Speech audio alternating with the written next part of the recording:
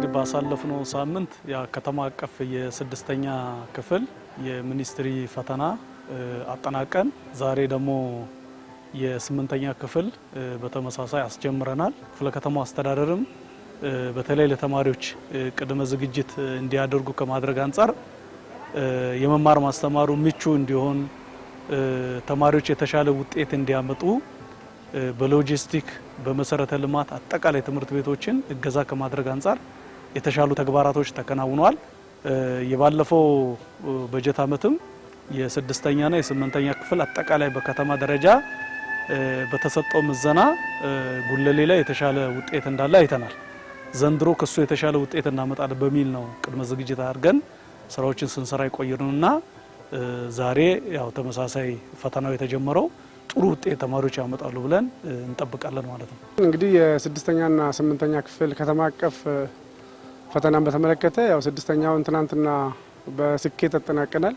ለሁለቱም የተሻለ ዝግጅት የተደረገበት የትምህርት ዘመን ነው ማለት ይቻላል። ከመማር ማስተማር አንፃር ልጆችን ከሳይኮሎጂካል ዲቨሎፕመንት ላይ ከመስራት አንፃር የተሻለ ውጤት እንዲያመጡ ሲደረጉ የነበሩት ድጋፍና ክትትል ልጆች ሲሰጥ የነበረው የመማር ማስተማር ሂደት እጅግ በጣም ማራኪ የነበረበት አመት ነው ማለት ይቻላል። ስድስተኛ ክፍልን ትናንትና በስኬት ተጠናቀናል።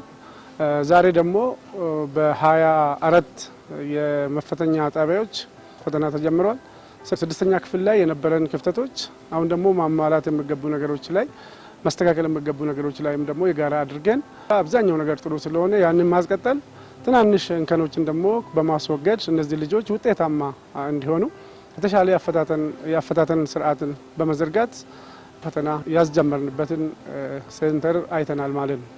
በጥቅሉ ግን 2018 የተሻለ ውጤት የምናመጣበት በጣም ብዙ ስራዎችን የሰራንበት ልጆቻችን ላይ የሰራንበትና ልጆች የተሻለ ውጤት እንዲያመጡ መምህራኖች በተለይ ደግሞ በመምህራን በወላጅ ያው ሲደረግላቸው የነበረው ክትትልና ድጋፍ ይታወቃል። ውጤት የተሻለ ውጤት እንዲያመጡ መንግስት አስቦበት አልሞበት ከምገባ ጀምሮ ልጆቻችን የተማሪ ምገባ ላይ ከኬጂ ጀምሮ እስከ 8ኛ ክፍል ይመገባሉ። ምንም እንዳያስቡ ስለ ትምህርታቸው ብቻ የትምህርት ቁሳቁስ ማሟላት ግብአት ሙሉ ማለት ነው እየተማሩ ነው። ከጊዜ ወደ ጊዜ ውጤታችንም እየተሻሻለ የመጣበት ነውና አምናም ከክፍለ ከተማ አይደለም ከከተማ አንደኛ ነበረ ጉለሌ። አሁን ደግሞ ያንን ለማስቀጠል ያው እየሰራን እንገኛለን። ቅድመ ዝግጅቶች ነበሩን እንደ መምህራን ማህበር ያው ትምህርት ጽሕፈት ቤትም አብሮ በጋራ ነው የምንሰራው። እየተናበብን እቅዶችን አብረን እየገመገምን ስራዎችን አብረን እየገመገምን የትምህርት መሻሻሉን ሂደቱን አጠቃላይ እና የተማሪ ውጤትን ከፍ ከማድረግ አንፃር መምህራን ማህበር ከፍተኛ ሚና ነበረው። መሰረታዊ መምህራን ማህበሮች ከርዕሳነ መምህራን ጋር ከግቢ ካላቸው የራሳቸው ስታፍ ጋራ ቲቶሪያል በመስጠት የማጠናከሪያ ትምህርት ልጆችን በማበረታታት ወርክሺት በማሰራት እንዲሁም ርዕሳነ መምህራንን በመደገፍ ለተማሪዎች ውጤት ከፍ ማለት አስተዋጽኦ እንዲያደርጉ ሁልጊዜ እንገመግማለን። በመዋቅራችንም ጣርተን እንገመግማለን። አንዱ ስራችን ነው። የመምህርን መብት ወይም ጥያቄ መጠየቅ ብቻ አይደለም፣ ማስከበር ምናምን ብለው ብቻ አይደለም። የትምህርት ጥራቱንም ዋናው አንደኛውና ዋናው ስራችን አድርገን ከክፍለ ከተማ ትምህርት ጽሕፈት ቤት ጋር እንገመግማለን ማለት ነውና ከቅድመ ዝግጅት ጀምሮ በደንብ ቀድሞ ሲሰራበት ነበረ። ከዛ በኋላም ስድስተኛ ክፍልን በሰላማዊ መንገድ አስጀምረን አብረን አስጨርሰናል። ዛሬም ስምንተኛ ክፍልን በተመሳሳይ እንደዛው አስጀምረናል እና ስምንተኛ ክፍልም ላይ ተመሳሳይ ስራ ነው የተሰራው። የሰባትና የስምንተኛ ክፍልን ማጠናከሪያ ትምህርት እንዲያገኙ፣ የክለሳ ትምህርት እንዲያደርጉ፣ ወርክሺት እንዲሰሩ፣ ከዚህ በፊት የነበሩ ፈተናዎችን እንደ አዲስ እንዲሰሯቸው እየተደረገ ነው የቆየው። እንደ ክፍለ ከተማ ተሸላሚዎች ነን። ዘንድሮም ያን ነው የምንጠብቀው። ከበፊቱ በበለጠ ተሰርቷል። በደንብ ተማሪዎችን በስነ ልቦና የማዘጋጀት በትምህርታቸውም እንደዚሁ በቂ ዝግጅት እንዲያደርጉ በመደገፍ የሁሉ ስራ ስንሰራ ቆይተናል።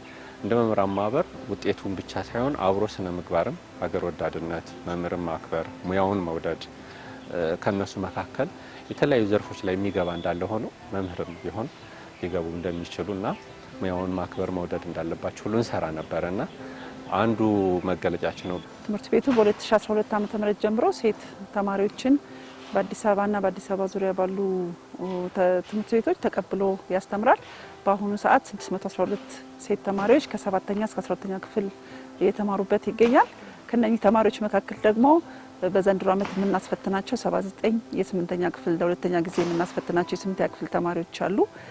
ትምህርት ቤቱ እንግዲህ ከ2018 መስከረም ጀምሮ ለነኚህ ተማሪዎች በቂ የሚባል ትምህርት በመስጠት ከወላጆቻቸው ጋር ምክክር በማድረግ የተሻለ ውጤት ያላቸው ሴት ተማሪዎች እንዲፈሩ ለማድረግ አቅዶ ስለሰራ በእቅዳችን መሰረት ደግሞ ከአመቱ መጀመሪያ ጀምሮ የተለያዩ የማጠናከሪያ ትምህርቶችን ለልጆች የሚያግዙ አማካሪ መምህራንንም ጭምር መድበን የተለያዩ ወደ 5 ጊዜ የሚሆኑ ሞዴል ኤግዛሞችንም እንዲወስዱ አድርገን ለፈተና ለዛሬው ቀን ዝግጁ እንዲሆኑ አድርገናል።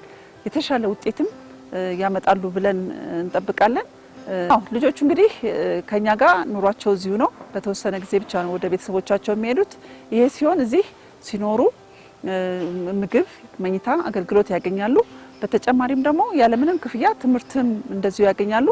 ከመደበኛ ትምህርት ጎን ለጎን ደግሞ ልጆቹ እንዲበቁ የተለያዩ ወርክሽቶችን ከ7ኛም ከ8ኛ ክፍልም እየተዘጋጁላቸው በየጊዜው የማጠናከሪያ ትምህርት ደግሞ ጠዋት 1 ሰዓት ጀምሮ እስከ 2 ሰዓት ተኩል ከመደበኛ ክላስ በፊት ከሰዓት ደግሞ ከ11 ሰዓት ተኩል እስከ 12 ተኩልም እንደዚሁ የማጠናከሪያ ትምህርት እንዲያገኙ ይደረጋል። ቅዳሜም ሙሉ ቀን እንደዚሁ የመደበኛ ውጪ ያልተሸፈኑ ይዘቶች ካሉ ልጆች ጥያቄ ካላቸው መምህራኖቻቸውን በቅርብ አግኝተው ጥያቄዎችን ይጠይቃሉ። ድጋፍ እንዲያደርጉላቸው 2 በየክፍሉ አማካሪ መምህራኖች አሉ። እነኚህ መምህራኖች ለልጆቹ ድጋፍ ሲያደርጉ ቆይተዋል። ያው ተማሪዎች እዚህ አዳሪ ሆነው ሲገቡ በቀለም ትምህርት ብቻ ሳይሆን በዲሲፕሊንም የተሻሉ ሆነው እንዲወጡ እንዳገር ስለምንፈልግ ለቀጣይ አገሪቱ ተስፋ እነኚህ ልጆች ላይ ስላላት ብለን ስለምናምን ውጤቱንም እያየ ነው ስለሆነ በሚሰጣቸው የቀለም ትምህርት ጎን ለጎን በተለያዩ እንቅስቃሴ ውስጥ በግቢ ውስጥ ይሳተፋሉ። የመጀመሪያው በክበባት እንቅስቃሴ ይሳተፋሉ። ውጤታቸው እንዳመጡ ሁሉ ስነ ምግባራቸውን በዛው ልክ የተሻለ ናቸው። እንግዲህ ከልጆቹ ጥረት እንደ ትምህርት ቤት ልፋት ተማሪዎቻችን 100% ወደ ቀጣይ ክፍል ደረጃ ያልፋሉ ብለን እርግጠኛ ነው።